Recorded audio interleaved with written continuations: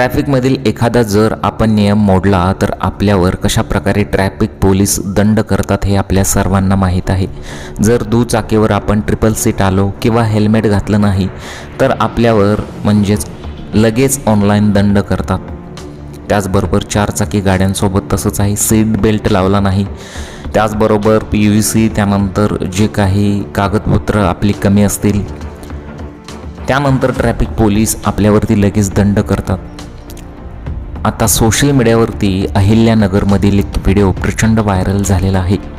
या व्हायरल झालेल्या व्हिडिओमध्ये नक्की काय घडलेलं आहे ते तुम्ही पहा। हा व्हिडिओ पाहिल्यानंतर तुमच्या तळपायाची आग मस्तकाला नक्कीच जाईल।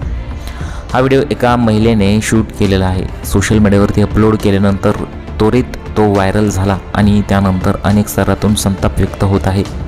आता या चौकामध्ये असं काय घडलेलं आहे तुम्हीच पहा।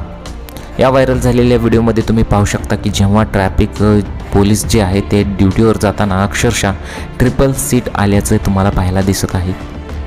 2 पुरुष दिसत आहेत आणि एक महिलासुद्धा यामध्ये सामील असल्याचं दिसत आहे। ट्रिपल सीट अक्षरशः ते आलेले आहेत।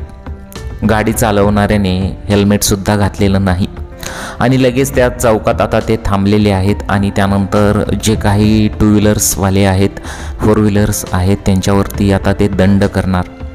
स्वतः मात्र नियम पाळत नाहीत आणि दुसऱ्यांवर दंड करत आहेत। अशा प्रकारची परिस्थिती इथे निर्माण झालेली आहे।